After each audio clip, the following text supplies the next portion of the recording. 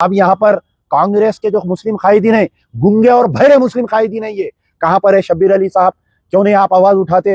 ये 2 महीने से जो जुल्म और सितम का सिलसिला चल रहा, कहीं के तुम एडवाइजर है, कहाँ पर है फहीम कुरैशी?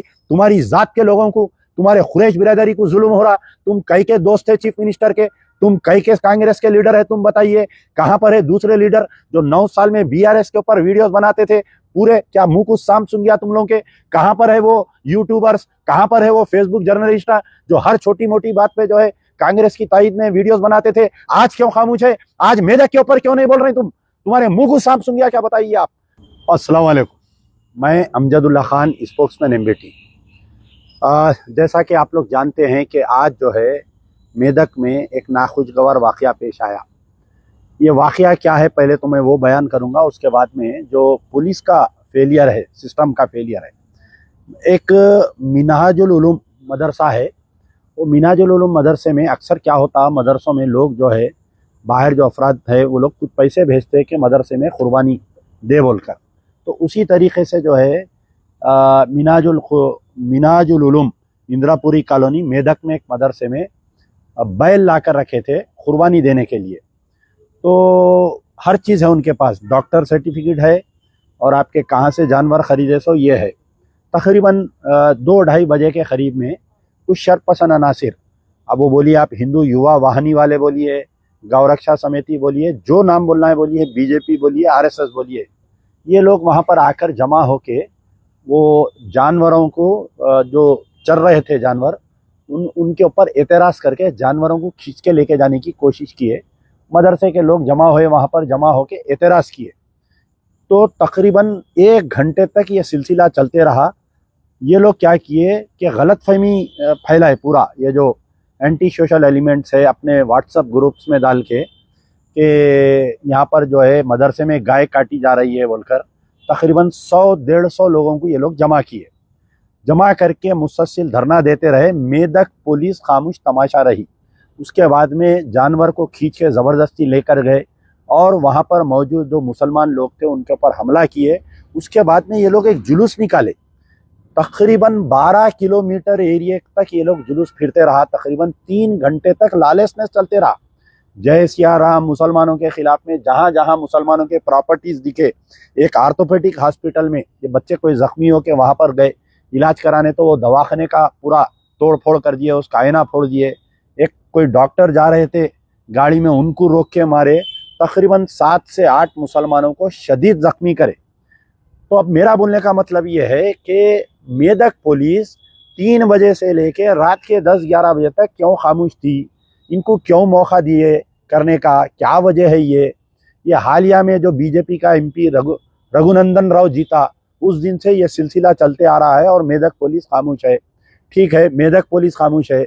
इंटेलिजेंस एक डिपार्टमेंट होता तेलंगाना में, इंटेलिजेंस डिपार्टमेंट के पास ये न्यूज़ थी कि 8 एमपी जीतने के बाद में तेलंगाना में बीजेपी आरएसएस कहीं ना कहीं गड़बड़ करवाएगी बोलकर। तो हमारे स्टेट के चीफ मिनिस्टर रेवंत रेड्डी साहब क्या कर रहे हैं बताइए आप? ये सॉफ्ट हिंदुत्व की पॉलिसी, हम जो है तेलंगाना के मुसलमान रेवंत रेड्डी को वोट नहीं दिए, रेवंत रेड्डी की कांग्रेस को हम वोट नहीं दिए, हम राहुल गांधी की कांग्रेस को हम वोट दिए। हम जो है प्रियंका गांधी और सोनिया गांधी को देखकर हम वोट दिए। लेकिन जब से बड़े अफसोस की बात है कि जब से रेवंत रेड्डी चीफ मिनिस्टर बने हैं, ये सॉफ्ट हिंदुत्व की पॉलिसी को अपनाए हुए हैं। चाहे वो ईद उल अजहा के जानवर लाने का मसला रही है, चाहे वो कोई और मसला रही है। मैं आपको जो है तेलंगाना के इन चीफ मिनिस्टर बनने के बाद से आज तक सबसे पहले एक वेलपुर विलेज है जो निज़ामाबाद का विलेज है, वेलपुर विलेज में खबरस्तान में वहाँ पर एक मंदिर की तामीर की गई। वहाँ का मेंबर ऑफ पार्लियामेंट 3 दिन तक नंगा नाच किया, निज़ामाबाद की पुलिस खामोश तमाशा रही। उसके बाद में 22 जनवरी 2024 के दिन मस्जिद सराय मीर नारकटपल्ली, जो नलगुंडे का एरिया आता नारकटपल्ली, वहाँ पर एक मस्जिद में ये जो राम मंदिर का इनाग्रेशन का जो तारीख था उससे 1 दिन पहले वहाँ पर नारकटपल्ली में ईशा की नमाज चल रही। ये शरपसंद अनासिर मस्जिद का दरवाज़ा बंद करके वहाँ पर एक टेम्पररी मंदिर लाकर 18 घंटे तक मुसल्लियों को बंद करके रखे। लेकिन वहाँ की पुलिस खामोश रही, रेवंत रेड्डी की सरकार खामोश रही, वहाँ के नलगुंडे के जो भी इंचार्ज एमएलए मिनिस्टर है वो लोग खामोश रहे। दूसरे दिन जाके मुस्लिम तंजीमा उनसे मिले, लेकिन आज की तारीख तक उनकी कोई गिरफ्तारी नहीं, कोई केस बुक नहीं हुआ। नारकटपल्ली के इश्यू के बाद में आप उसी दिन रात में संगारेड्डी में एक जुलूस निकाले, यानी राम मंदिर की तामीर का जश्न मनाते हुए एक जुलूस निकाले।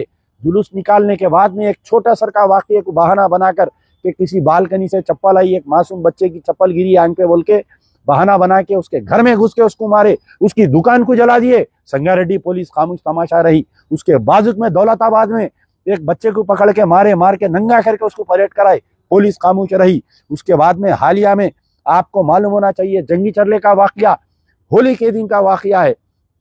मस्जिद के सामने एक इलीगल डब्बे के सामने रख के उन्हें राजा सिंह के गाने लगाया। मुसलसल मुसलमान कंप्लेंट करते रहे, लेकिन एक बड़ा वाकया पेश आया जंगी चरले का, पुलिस खामोश तमाशा रही। तो मैं ये पूछना चाह रहा हूँ कि क्या रेवंत रेड्डी कांग्रेस के चीफ मिनिस्टर है या बीजेपी आरएसएस के चीफ मिनिस्टर है? इन्हों समझ में नहीं आ रहा। अब यहाँ पर कांग्रेस के जो मुस्लिम कायदीन है, गुंगे और बहरे मुस्लिम कायदीन है, ये कहाँ पर है? शब्बीर अली साहब, क्यों नहीं आप आवाज उठाते? ये 2 महीने से जो जुल्म और सितम का सिलसिला चल रहा, कहीं के तुम एडवाइजर है, कहाँ पर है फहीम कुरैशी? तुम्हारी जात के लोगों को, तुम्हारे कुरैश बिरादरी को जुल्म हो रहा। तुम कई के दोस्त है चीफ मिनिस्टर के, तुम कई के कांग्रेस के लीडर है, तुम बताइए कहाँ पर है दूसरे लीडर जो 9 साल में बीआरएस के ऊपर वीडियोस बनाते थे? पूरे क्या मुंह कुछ साम सुन गया तुम लोगों के? कहाँ पर है वो यूट्यूबर्स? कहाँ पर है वो फेसबुक जर्नलिस्ट जो हर छोटी मोटी बात पे जो है कांग्रेस की तायद में वीडियोस बनाते थे? आज क्यों खामोश है? आज मेदक के ऊपर क्यों नहीं बोल रहे तुम? तुम्हारे मुंह को सांप सुन गया क्या? बताइए आप। मैं डिमांड करता हूं कि मेदक के एसपी को इमीडिएटली सस्पेंड करना चाहिए, पूरा इलाके को सीआरपीएफ के हवाले करना चाहिए। और मेदक का हम जब से बात मालूम हुई, मैं मुसलसल मेदक के एसपी को फोन मिला रहा हूँ, मेदक के डीएसपी से बात किया, वहां के जख्मियों से बात कर रहा हूँ, इंटेलिजेंस वालों से बात कर रहा हूँ। पूरों से हम मजलिस बचाओ तहरीक चौकन्ना है और तमाम मुसलमानों से ये, क्योंकि 2 दिन के कल और परसों भी ईद उल अज़हा है और ऐसे वाकयात पेश आने वाले हैं। ये लोग चाह रहे हैं कि तेलंगाना को जो है बीजेपी का लेबोरेटरी बनाकर पेश करे। ये बीजेपी आरएसएस की हिम्मत इसलिए हुई कि 8 सीट वो लोग तेलंगाना में जीते। 8 सीट किस लिए जीते? रेवंत रेड्डी के गलत फैसलों से। चिवड़ले में डॉक्टर रंजीत रेड्डी को कैंडिडेट बनाए, जो बदनामे जमाना कैंडिडेट था बीआरएस का, आप उसको कैंडिडेट बनाए। सिकंदराबाद में बीजेपी की जीत इसलिए हुई कि आप नागेंद्र को कैंडिडेट बनाए। आप 2 साल तक मुहिम चलाए खिलाफ में, लेकिन उसको कैंडिडेट बनाए। मेदक पार्लियामेंट हारने की वजह यह है कि आप जो है सही कैंडिडेट नहीं डाले। करीमनगर हारने की वजह कि कांग्रेस का कैंडिडेट सही नहीं था। निजामाबाद हारने की वजह कांग्रेस का कैंडिडेट सही नहीं था। कहीं ना कहीं ऐसा महसूस हुआ कि प्लेट में रखकर बीजेपी को रेवंत रेड्डी 8 एमपी पेश करे। कल के दिन अगर हो सकता है कि कोई कांग्रेस में बगावत हो इनके खिलाफ में, तो बीजेपी इनका साथ दे। और महाराष्ट्र के शिंदे, तेलंगाना के शिंदे इन बनने की चक्कर में है। मैं कांग्रेस के सरबरा सोनिया गांधी, खरगरे, राहुल गांधी, प्रियंका से मुतालिबा करता हूं कि हम रेवंत रेड्डी को देख के वोट नहीं दिए।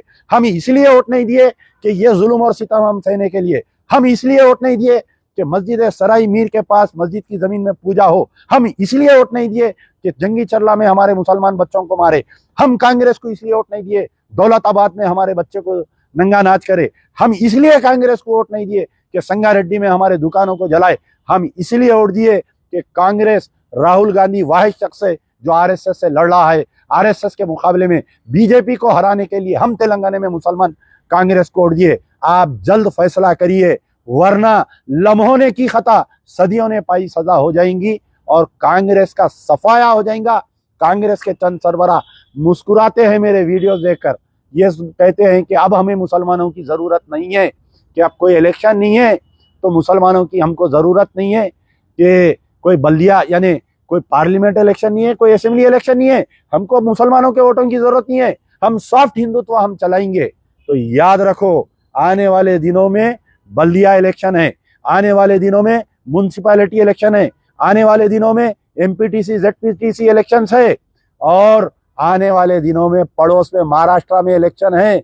ये तेलंगाना की महाराष्ट्र में कांग्रेस का सफाया होगा। लोग मुझे सवाल करते, कमेंट करते, अरे भाई आप जो है बीआरएस की मुखालिफत करे, कांग्रेस की तायद करे। हाँ, हम में दम था, हम बीआरएस की मुखालिफत करे। 9 मस्जिदों के शहादत के ऊपर कोई आवाज उठाया तो अमजदुल्ला खां आवाज उठाया, इनकाउंटरों के खिलाफ में कोई आवाज उठाया तो अमजदुल्ला खां उठाया। और ना जाने जो जुल्म और सितम का सिलसिला रहा, हमने आवाज उठाया, मजलिस बचाओ तहरीक ने आवाज उठाया, मजलिस इत्तेहादुल मुस्लिमीन ने बीआरएस का साथ दिया, मामू मामू करते रहे। जैसा ही कांग्रेस जीती, ये रेवंत रेड्डी उनके गोद में, इन्हों उनके गोद में बैठ गए। लेकिन कांग्रेस के सरबराह को इसका नोट लेना चाहिए, रेवंत रेड्डी को निकाल फेंकना चाहिए, अच्छे से कांग्रेसी को आप नया चीफ मिनिस्टर बनाना चाहिए। वरना मैं फिर कह रहा हूं कि लम्हों ने की खता, सदियों ने पाई सजा। यार जिंदा सोबत बाकी।